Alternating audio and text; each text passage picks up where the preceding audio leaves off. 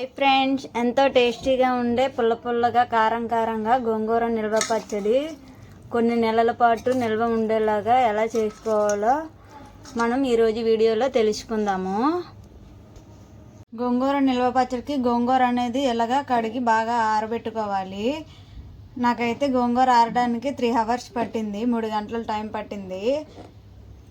తడి అనేది ఏమీ లేకుండా ఆరిపోవాలి. తడి ఉంటే పచ్చడి అనేది నిల్వ ఉండదు. దానికి కావాల్సిన పదార్థాలు: 1/2 కప్పు ధనియాలు, 1/2 టీ స్పూను జీలకర్ర, కొంచెం మెంతులు, కొంచెం ఆవాలు, పండుమిర్చి ఉంటే వేసుకోండి, లేదంటే ఎండుమిరపకాయలు వేసుకోండి. నా దగ్గర కొంచెం పండుమిర్చి ఉన్నాయి, వేసుకుంటున్నాను. కొంచెం ఎండుమిరపకాయలు వేసుకుంటున్నాను. మిరపకాయలు అనేవి నాకు ఘాటు ఎక్కువగా ఉన్నాయి కాబట్టి కొంచెమే వేసుకుంటున్నాను.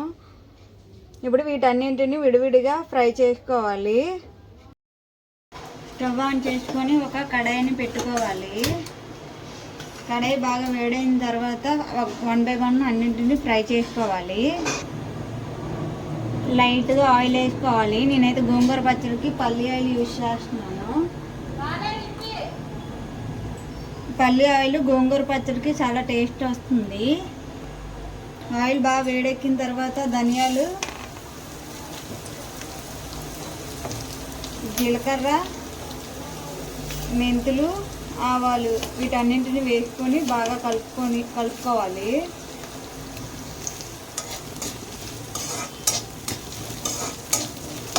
కలర్ చేంజ్ అయ్యే వరకు ఫ్రై చేసుకోవాలి. ఫ్రై అయిపోయిన తర్వాత ఎండుమిరపకాయలు వేసుకోవాలి.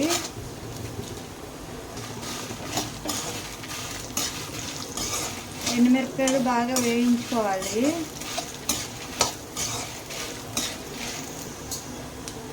మూడు వెల్లుల్లిపాయలు తీసుకొని ఎలా ఒలుచుకొని మిక్సీ జార్లో వేసుకోవాలి. ఒక పెద్ద నిమ్మకాయ సైజు అంతా చింతపండుని వేసుకొని వేయించుకోవాలి.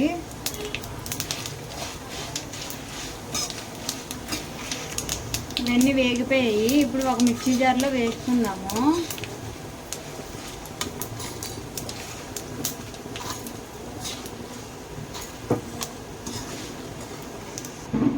ఇప్పుడు మనం అదే కడాయిలో ఇంకొంచెం ఆయిల్ వేసుకొని మిర్చి తీసుకున్నాం కదా, ఇలా 2 ముక్కలు చేసుకోవాలి. 2 ముక్కలు చేసుకొని వేయించుకోవాలి. మిర్చి వేగేలోపు మనం ముందుగా వేయించి పెట్టుకున్నాం కదా, ఇవి చల్లారిపోయి ఇందులో కొంచెం ఉప్పు వేసుకొని గ్రైండ్ చేసుకోవాలి.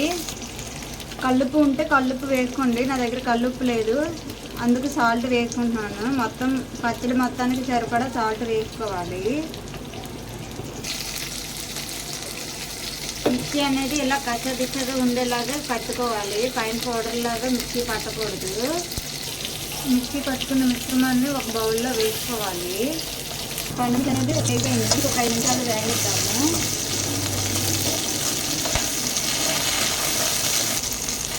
ఇలా మిక్సీ వేగిపోయిన తర్వాత ఒక మిక్సీ జార్లోని వేసుకోవాలి. చల్లారిన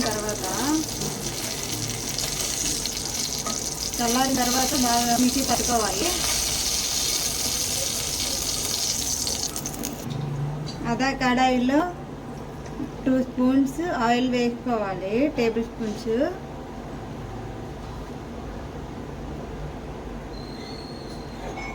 ఆయిల్ వేడెక్కిన తర్వాత మనం గోంగూర వేసుకోవాలి.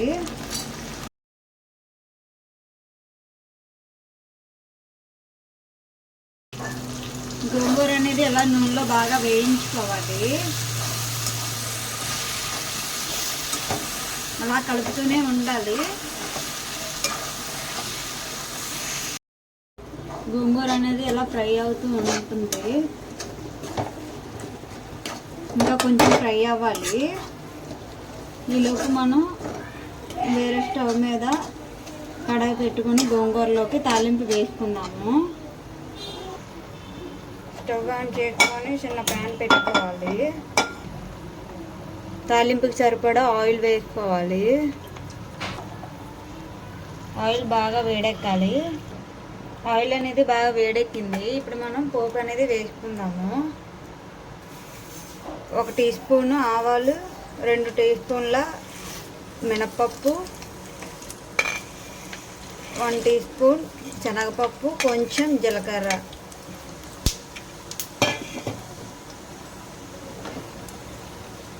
ఇది కలర్ చేంజ్ అయ్యే వరకు ఫ్రై అవ్వాలి.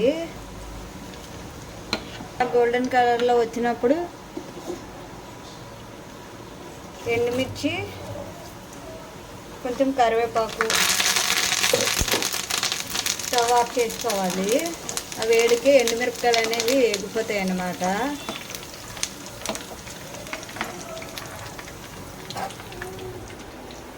గోంగూర కూడా ఫ్రై అయిపోయింది. స్టవ్ ఆఫ్ చేసుకున్నాము. ఇలా పేస్ట్ లాగా అయిపోయింది కదా, ఇంక మనం మిక్సీ పట్టుకోవాల్సిన అవసరం లేదు. స్టవ్ ఆఫ్ చేసుకుందాం. పూర్తిగా చల్లారిన తర్వాత మనం ముందుగా మిక్సీ ఆడి పెట్టుకున్నాం కదా మసాలా, ఆ మసాలాలో వేసుకొని కలుపుకోవాలి. మనం ఉడికించుకున్న గోంగూర, మనం పెట్టుకున్న తాలింపు అన్నీ చల్లారిపోయి ఇప్పుడు వీటన్నింటినీ కలుపుకోవాలి. పండుమిర్చి వేయించుకున్నాం కదా, ఈ పండుమిర్చిని ఇలా మిక్సీ చేసుకొని ఇందులో వేసుకోవాలి. ఇందులోనే వేయించుకున్న గోంగూర వేసుకోవాలి.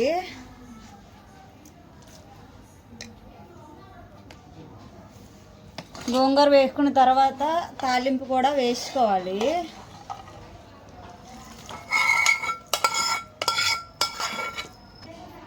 ఇప్పుడు వీటన్నింటినీ బాగా కలుపుకోవాలి. అన్నీ కలిసేలాగా కలుపుకోవాలి. ఇలా మొత్తం కలిసేలా కలుపుకున్న తర్వాత ఒకసారి ఉప్పు కారం టేస్ట్ చూడండి. ఏమైనా సరిపోకపోతే కొంచెం పచ్చికారం వేసుకొని కలుపుకోండి. మరిన్ని రెసిపీస్ కోసం లైక్ చేయండి, షేర్ చేయండి, సబ్స్క్రైబ్ చేసుకోండి. Thank you for watching.